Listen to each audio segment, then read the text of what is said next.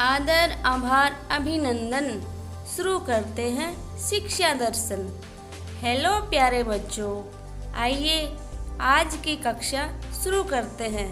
आओ बच्चों, आपको क्या करना अच्छा लगता है, यानी कि आपको किस काम को करने में अधिक आनंद मिलता है, बताइए।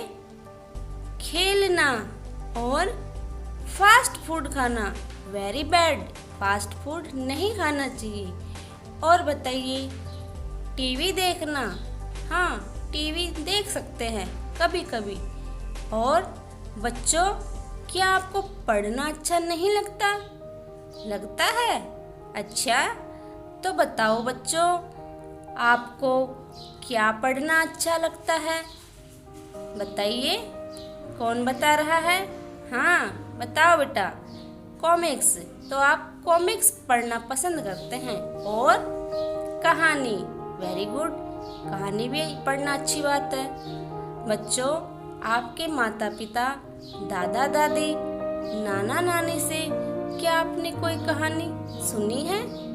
हाँ, अरे वाह, सुनी है। बताओ, कौन सी कहानी सुनी है? राजा रानी की कहानी, अरे वाह।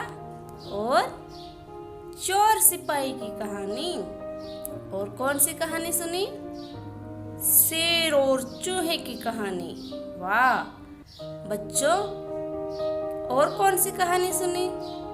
क्या आपने बुद्धि और सूझबूझ की कोई कहानी पढ़ी या सुनी है? अच्छा, कुछ बच्चों ने सुनी है, कुछ ने नहीं सुनी। तो बच्चों, आज हम पढ़ेंगे कहानी अनोखी सूझ, जो कि आपके हिंदी विषय में एक पाठ का नाम है। अनोखी सूझ, यह एक कहानी है। तो चलो शुरू करते हैं। बात पुराने समय की है। उन दिनों देवताओं और दानवों में युद्ध होता रहता था, यानी कि वो लड़ते झगड़ते रहते थे। एक दिन दोनों मिलकर प्रजापति के पास गए। बच्चों, प्रजापति ब्रह्मा जी को कहते हैं, जिन्होंने कि हमारी सृष्टि को बनाया है।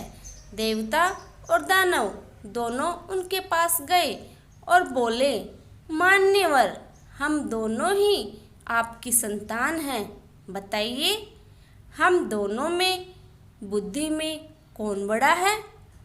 ये क्या, देवताओं और दानवों दोनों ने प्रजापति से क्या सवाल पूछा बच्चों? कि हम दोनों में बुद्धि में कौन बड़ा है, हम दोनों में कौन श्रेष्ठ है? तो बच्चों बताओ, प्रजापति ने क्या कहा होगा, बता सकते हो? सोचो। तो चलो हम आगे पढ़ते हैं कि प्रजापति ने उनसे क्या कहा। उनकी बात सुनकर प्रजापति मुस्कुराए और मन में सोचने लगे, किसे बड़ा बताऊं, देवताओं को या दानवों को? यदि वे देवताओं को बड़ा बताते हैं तो दानव रुष्ट हो जाएंगे, और अगर दानवों को श्रेष्ठ बताते हैं तो देवता नाराज हो जाएंगे। बड़ा ही टेढ़ा प्रश्न था। अब प्रजापति क्या करें? बच्चों बताओ तो, प्रजापति ने उन्हें क्या उत्तर दिया होगा, या किसे श्रेष्ठ बताया होगा, किसको बड़ा बताया होगा? बता सकते हैं आप? चलिए आगे देखते हैं। कुछ देर सोचकर वे बोले, इसका उत्तर कल दूंगा। प्रजापति ने क्या कहा? आप दोनों कल मेरे घर भोजन पर आमंत्रित हो। भोजन के बाद बताऊंगा कि बुद्धि में श्रेष्ठ कौन है। बच्चों, प्रजापति ने उन्हें अपने घर भोजन के लिए बुलावा दिया। अब अगले दिन क्या हुआ? दूसरे दिन दोनों पक्ष भोजन के लिए पहुँचे। दोनों को अलग अलग कमरों में बिठाया गया। वहाँ पर मिष्ठान से भरे हुए थाल भिजवाए और प्रजापति दानवों के कमरे में गए। अब जब दोनों को भोजन दे दिया तो प्रजापति वहाँ गई और प्रजापति ने वहाँ जाकर क्या कहा? उन्होंने कहा, आप लोग भोजन करें, शर्त यह है कि कोहनी को बिना मोड़े भोजन करना है। यही बात उन्होंने देवताओं से भी कही। तो बच्चों, आप बताओ, क्या कोहनी को बिना मोड़े भोजन करना संभव है? जरा आप करके देखें तो। अपने हाथ में कोई खाने की वस्तु ले और उसे कोहनी को बिना मोड़े अपने मुंह तक ले जाए। क्या आप कर पा रहे हैं? नहीं। तो यही शर्त प्रजापति ने रखी। तो बच्चों बताओ, देवताओं ने फिर क्या किया होगा और दानवों ने क्या किया होगा? चलिए देखते हैं। प्रजापति की बात सुन दोनों परेशान हुए। वे एक दूसरे का मुंह ताकने लगे। समस्या थी, खाएं तो खाएं कैसे? कोहनी नहीं मुड़नी चाहिए, भोजन भी नहीं बचना चाहिए और प्रजापति की आज्ञा का भी पालन होना चाहिए। तो बच्चों बताओ, अब क्या हुआ होगा? सोचो। देवताओं ने तो एक उपाय सोचा। कमरे के किवाड़ बंद किए और आमने सामने बैठ गए और लड्डू उठा उठाकर एक दूसरे के मुंह में देने लगे। कुछ देर में थाल साफ हो गया, यानी कि सारा भोजन समाप्त हो गया। न हो हल्ला हुआ और न ही कोई शोरगुल हुआ। देवताओं ने शांतिपूर्वक भोजन किया। उधर दानवों ने क्या किया होगा? क्या दानवों ने भी यही उपाय किया होगा? सोचो बच्चों। चलो आगे पढ़ते हैं। दानव अपने कमरे में परेशान थे। सोचने लगे, बेकार ही यहाँ आए, नहीं आते तो ये परीक्षा तो नहीं देनी पड़ती। अब आ ही गए हैं तो परीक्षा तो देनी ही पड़ेगी। तो बच्चों, दानव तो बहुत ही परेशान हो रहे थे। अब दानवों ने क्या किया होगा? दानवों ने भी अपने कमरे के किवाड़ बंद किए और लड्डू लेकर ऊपर उछालने लगे। लड्डू जब नीचे आते तो मुंह खोलकर लपकते और लड्डू जमीन पर गिरते और चूर चूर हो जाते।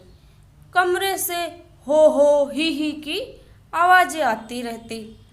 ये क्या, दानव तो भोजन कर ही नहीं पा रहे थे। क्यों?